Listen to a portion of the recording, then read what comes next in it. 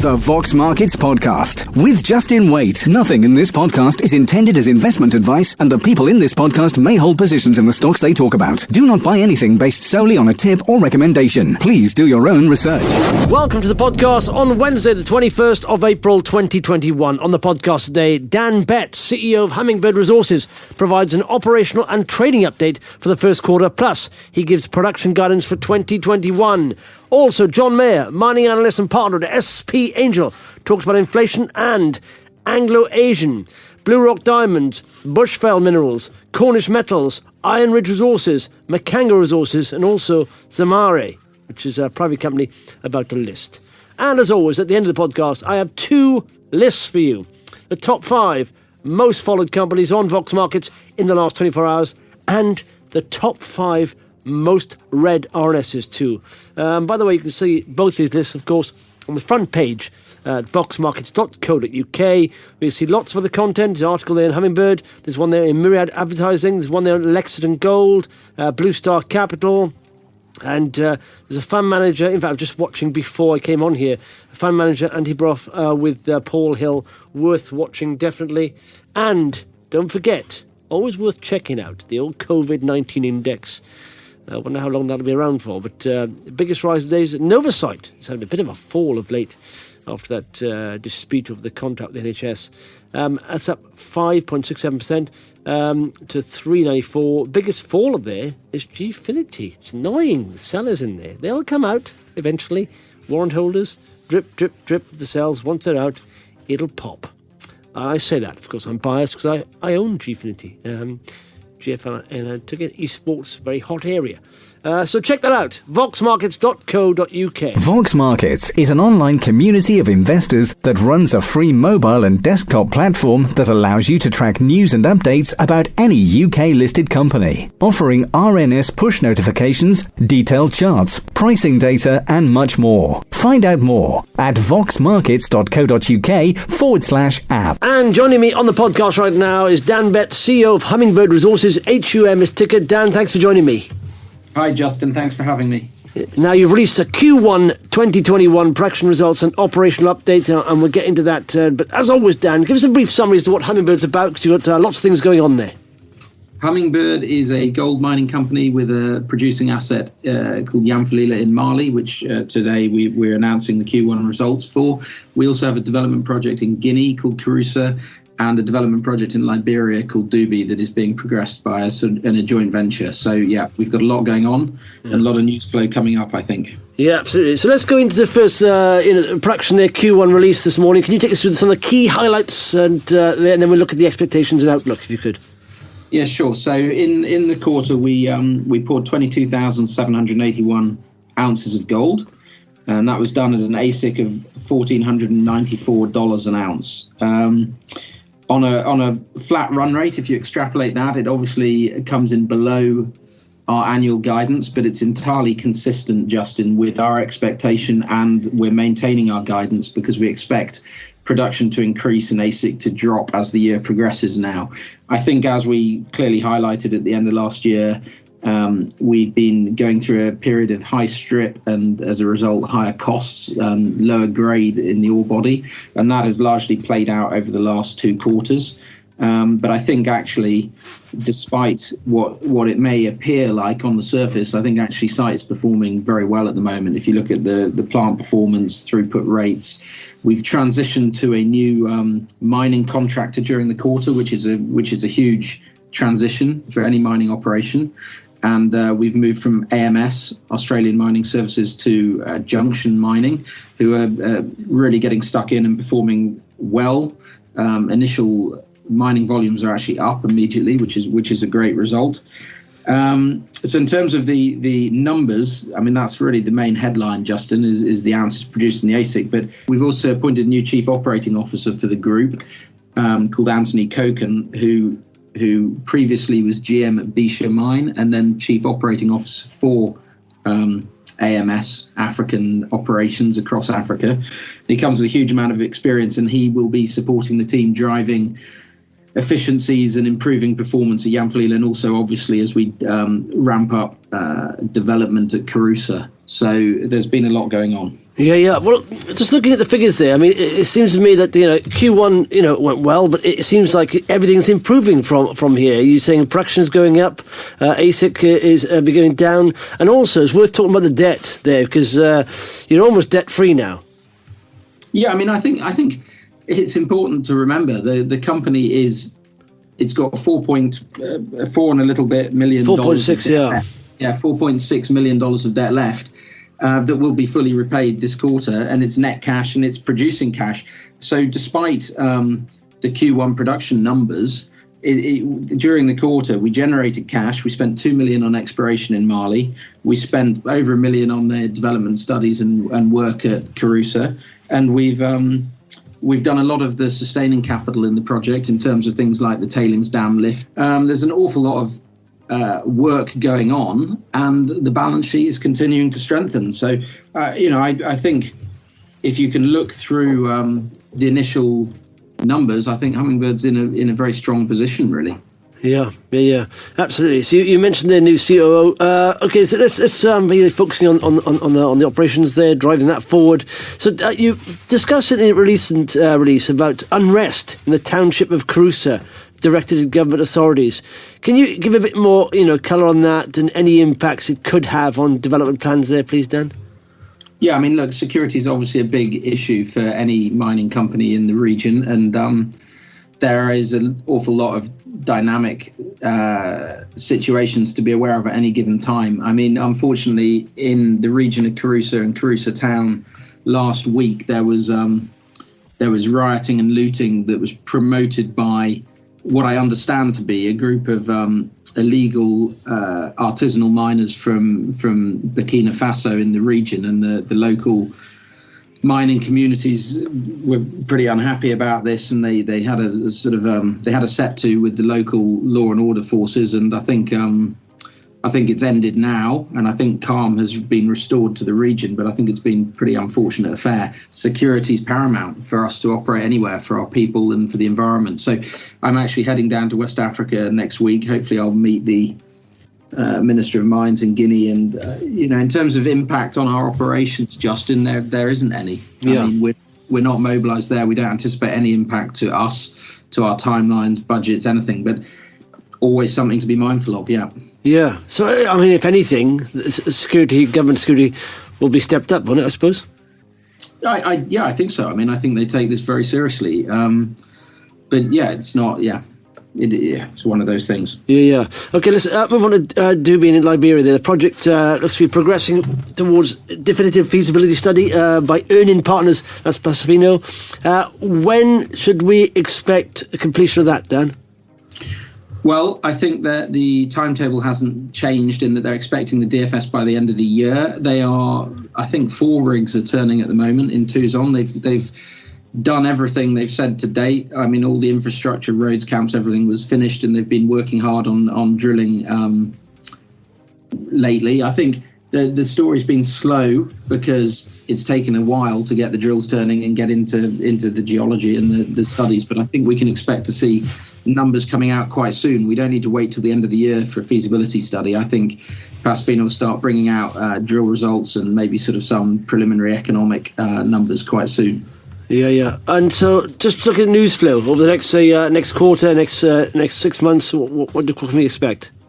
Well, I mean, I think drilling results at Yamfalila, because we're spending good money on exploration there, looking to extend the mine life. And as we've previously released, we've got some excellent exploration results coming in from Sanamali East and around the license area. So we'll continue to bring news to our exploration at Yamfalila.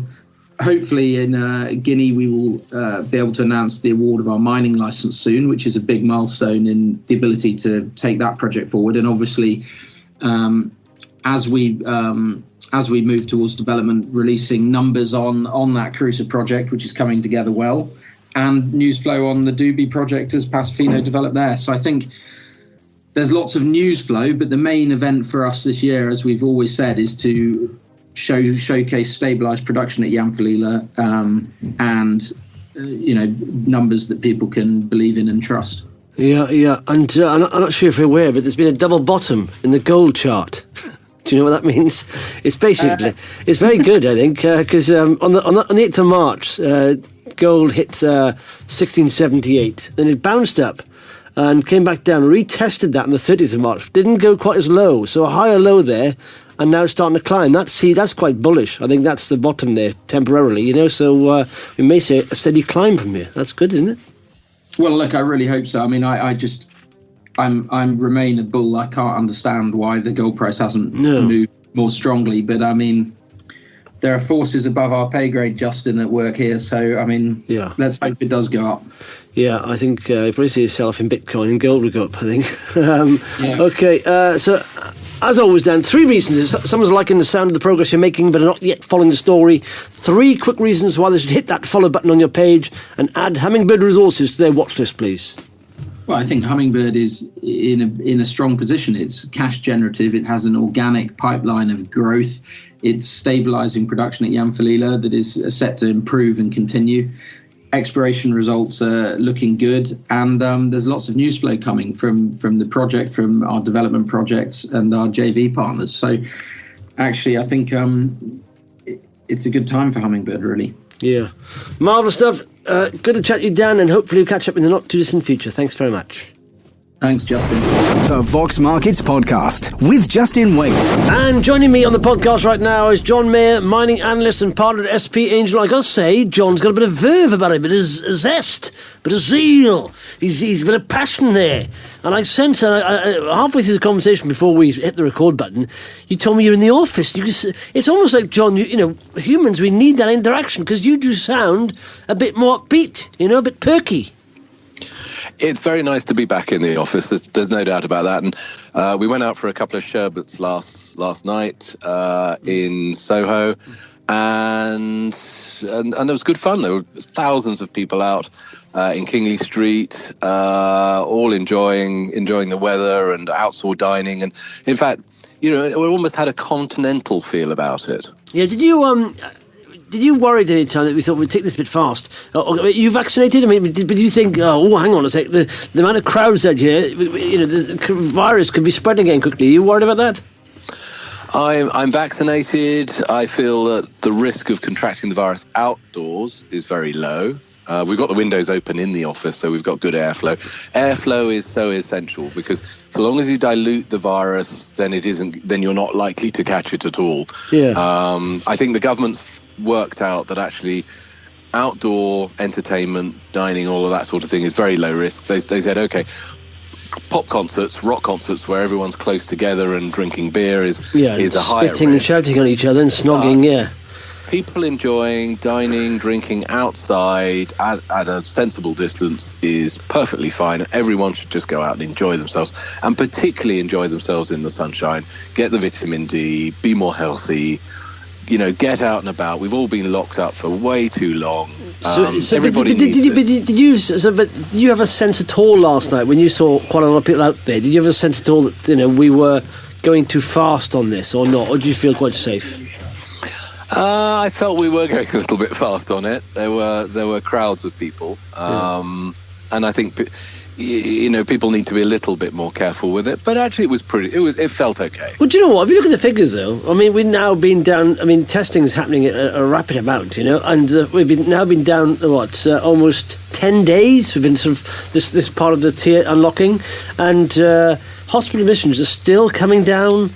Deaths are still coming down, so it's no panic as yet. I mean, it may take a while, but we shouldn't be worried anymore about the infection rates, because if you look at it, there's 80% of 80-year-olds were the ones who were in hospital, pretty much. So they've all been vaccinated, and the vaccination is amazing. 33 million, that's half the population, and 10 million have had the second dose. So that's amazing, isn't it? And as long as we've got that level of protection and people are a bit careful, I think it's all good to go. But I think there's a balance. Look, I think the mental well-being is important. It's important to socialise and interact with your friends and your colleagues. I can hear it, John, in your voice. You're loving it. Somebody's loving life again. But young people should remember that long COVID is a very serious issue. My daughter had COVID before Christmas, and she still seems to be suffering some effects from that. And she didn't have it badly, that's for sure. So I think people should still be careful. but they should also enjoy themselves at the same time. Yeah, absolutely. Yeah, so of course you've got to weigh it up, haven't you? Okay, let's talk about stocks and stuff. Inflation, in fact, it's sort of linked, I suppose, in some way. People are getting back out there in the economy, spending money on oil, petrol, all that stuff. So you were going to say, there's someone just calling in there on the inflation line. So what's happening with inflation, John?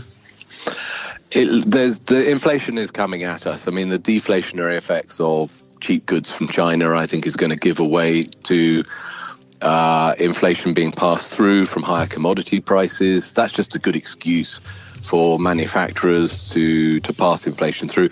Utilization rates at factories are lower than they were, we think, not necessarily in China, but in other parts of the world, particularly with social distancing that's going on. And we can see services are also raising costs because their own costs have gone up. So, restaurants and bars can't have so many people in them. So in order to pay for the chefs and the service staff, they've got to spread that over a smaller number of customers. It means that the costs have to go up. And I think consumers are happy to pay a bit more. They've got a bit more cash in their pockets because they've been locked down for so long. And everybody's happy to have a bit of a splurge. So that is just naturally inflationary anyway. Yeah, and that's good though, isn't it? If you're, in explorers and miners and stuff like that. Yes, I think that's good. I think the world is happy to have a bit of inflation, and I think policymakers are not going to stamp on this because governments have been raising their own debt levels, and one of the ways of dealing with that is to allow that debt to be inflated away. It's like war bonds. War bonds effectively got inflated away over many years because nobody ever wants to pay the debt back. So the best way to sort this problem out is to allow a bit of inflation to come through. I think interest rates are hopefully going to stay low because, of course, otherwise the cost of servicing that government debt is going to rise. And let's face it, there are slightly less old people around to look after these days. So the pushback against interest rates staying low is probably going to be less than what it was. So that's a bit tougher on the old people who survived and are still running around. But let's face it, politicians tend to sing to the tune of the greater part of the population.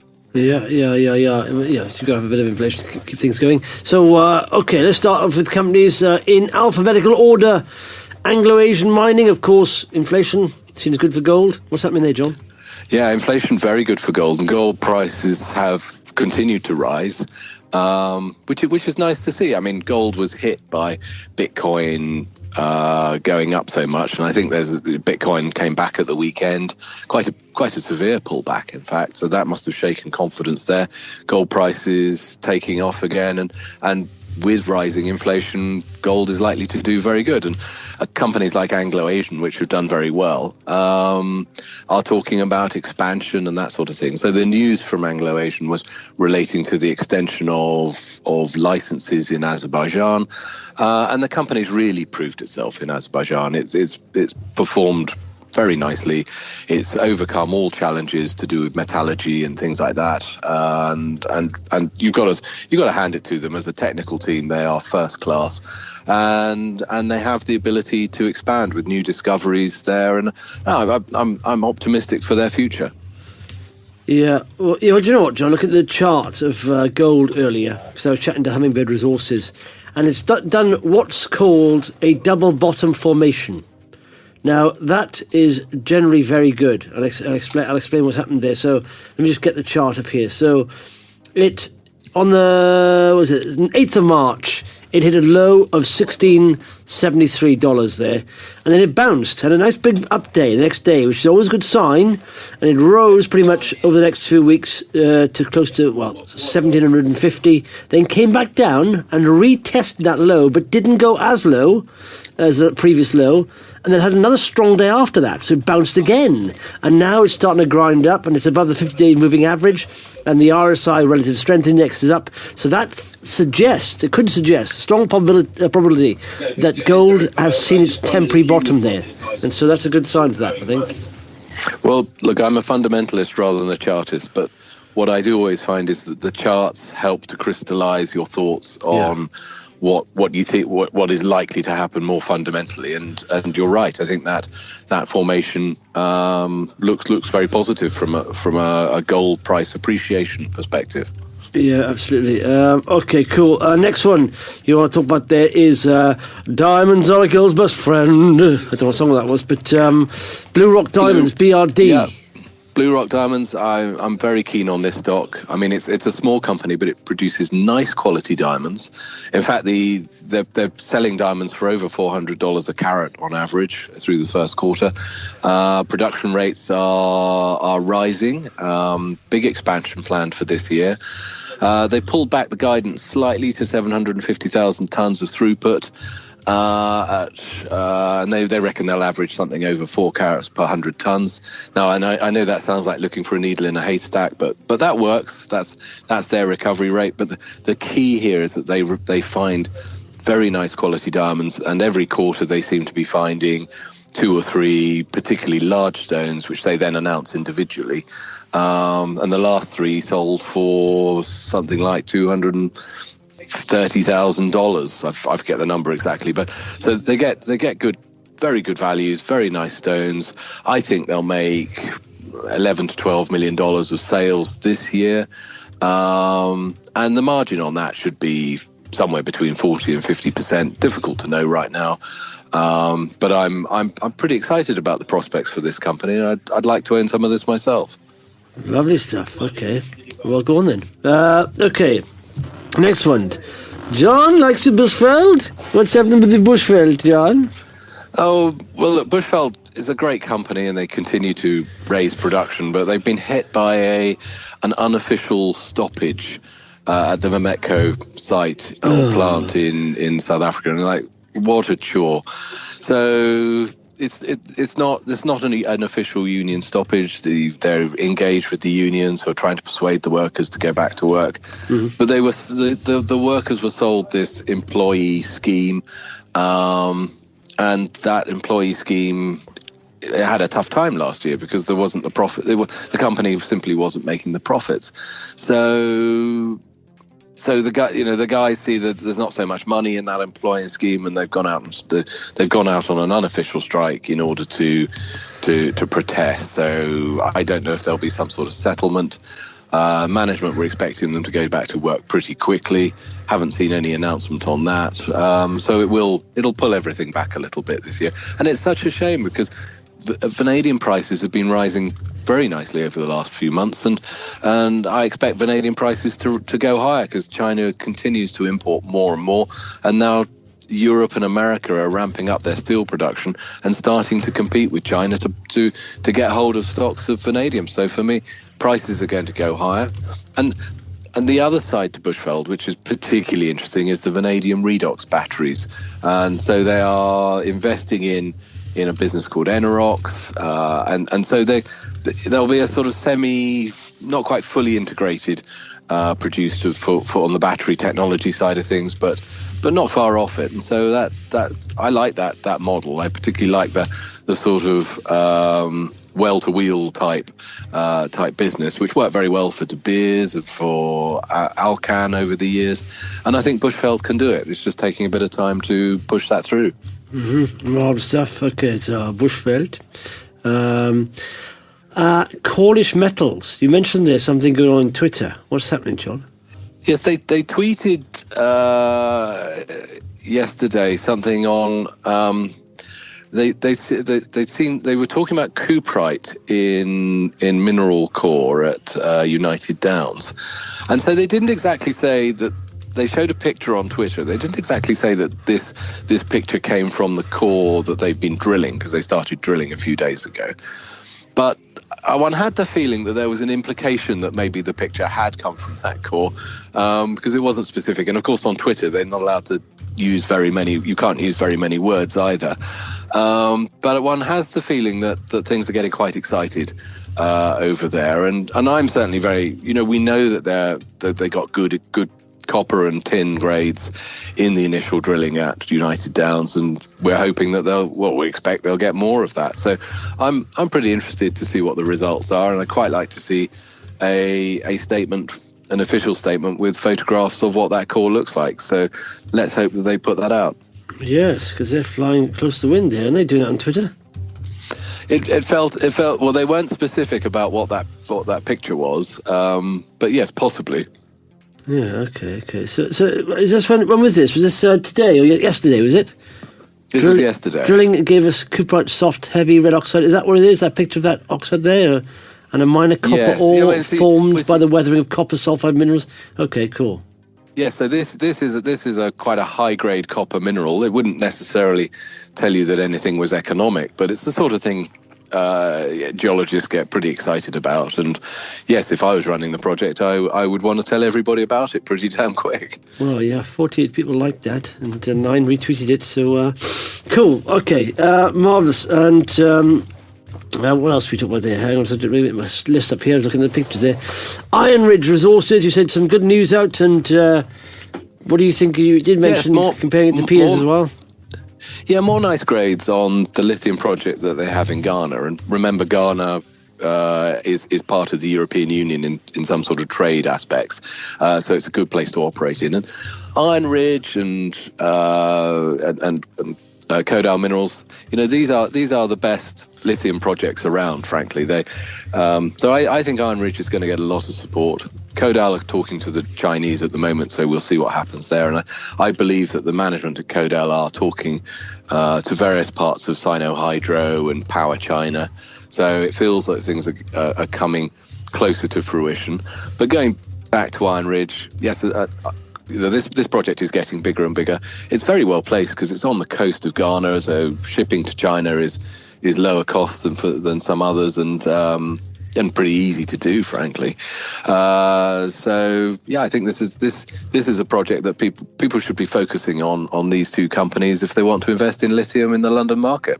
Yeah. But you mentioned how does it compare then to others? No, it compares very nicely. Well, the grades are very good. The thing about spodumene projects is a lot of it is about grade and quality. You don't want too much mica in the ore because that creates a lot of dust in the furnaces, and that's inefficient, and it's not good from a health and safety perspective. And we know the Chinese are becoming more and more focused on buying better quality ores, so that they are more energy efficient and that they are less polluting. And that's good because China has been horrendously polluting over the last couple of decades. And so projects like IronRidge's project and Kodal's project, I think, are going to be preferred over many others. Marvelous stuff. Lovely. Cool. Okay. And do we have any others? Oh, there's Mkango. What happened there, John? MKA. I think worth talking about because they've just appointed a US advisory firm to help connect with the US government.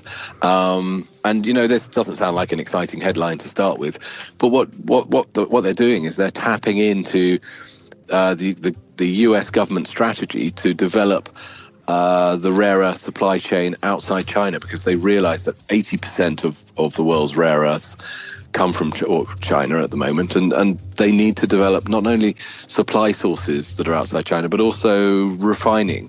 And I think Mkango is going to be a part of that strategy. So appointing the right advisors to connect with the Biden administration, I think, is very important, and hopefully they'll get a part of that $2 trillion infrastructure that Biden is trying to push through. Yeah, more stuff. Cool. And there's one other you want to mention. Zamare? Is it Zamare? How do you suppose that? It's non-listed. It's going to be listed, isn't it, Fanny? Zamare, yeah, it's a private company. We're looking to list this later this year. They just raised another £630,000 for exploration in Zambia. One of their projects is in joint venture with Rio Tinto, who are paying for all the exploration on that. That project is next to the Mufulira mine in Zambia. And Mufulira has been a huge mine over the years. I mean, it's got high costs now because it goes down about a couple of kilometres. And I don't know. I'd never heard of anybody mining copper at that sort of depth before. So well done on the Zambians for actually achieving that. But I think there's a lot more copper to be discovered at surface in Zambia. Quite excited about that sort of thing. And I'm helping, we know that the world is going to need a lot more copper for the electrification of electric vehicles and charging points. And to be honest, there's going to be a lot of copper required for cabling up the offshore wind farms that are being built, not just in the UK, but all, in many parts of the world, China, South Korea, United States. You can be sure that Biden is going to direct a lot of that $2 trillion infrastructure money towards massive offshore wind farms. And they're now talking about windmills, wind turbines of up to 15 megawatts a turbine, which is huge. I mean, they power hundreds of thousands of houses each these days. They'll, of course, need lots of battery backup from lithium and vanadium redox batteries and one or two other crazy ideas for battery storage. So I'm looking at a number of private investment opportunities. I've got one in Chile I'm looking at the moment, which I think is particularly interesting. It's very exciting exploration project. So if anybody is interested in that, hopefully they'll come and list again later this year or maybe sometime next year. Because I think there's quite big upside to be made on some of these. And I've put my own money into Zamare, and I'm putting my own money into this other one in Chile, and probably anything else I can get my hands on in the copper space. Yeah. You like in copper, cool. And when is this going to be listed, John, do you think? Well, look, it all depends on how well the work goes, but Zamare, I'm sure we'll list later this year. The other one in Chile, that might take a bit longer because it takes drilling projects in the Chilean Andes take a bit more time. Cost is higher as well because of the altitude. You're up at 4,200 meters up there. But at least they're good miners in Chile. They know what they're doing. All the services are available, so stuff gets done. I mean, there are some parts of the world which aren't so good, where it is actually technically harder to work. So it's all part of the great, the mix of what makes a project work and what doesn't. But I think the good people behind these things. So I'm quite hopeful going forwards. Marvellous stuff. Excellent, John. Lots of coverage there. And hopefully, fella, we'll speak you next weeky. Look forward to it, Justin. Thank you. OK, it's time for the top 5 most followed companies on Vox Markets in the last 24 hours. They are at 5. Avacta. Good news yesterday on their test and validation there.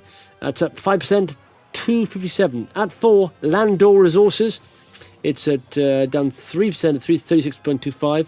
At 3, Savannah Resources. Down 20% pretty much to 4 pence that they're placing. At 2, Valerian Blockchain, non-mover 29 pence. And at 1, Argo Blockchain, 167.5. That's up 15.5%. Of course, it had a bit of sell-off, bit of a rally now. Bitcoin has fallen a bit, but maybe hitting some support levels here. So we'll see which way it goes. Okay, it's time for the top 5 most read RNSs. They are as follows. At 5, Tirupati Graphite. Bitumini mine opens. I have every problem pronouncing everything to do with that company. GS Technologies, MAU with WisePay, MPay. At 3, Cimec Atlantis Energy Holdings and Company. At 2, Gunsind New Investment MediaTek SPAC. And at 1, Argo Blockchain.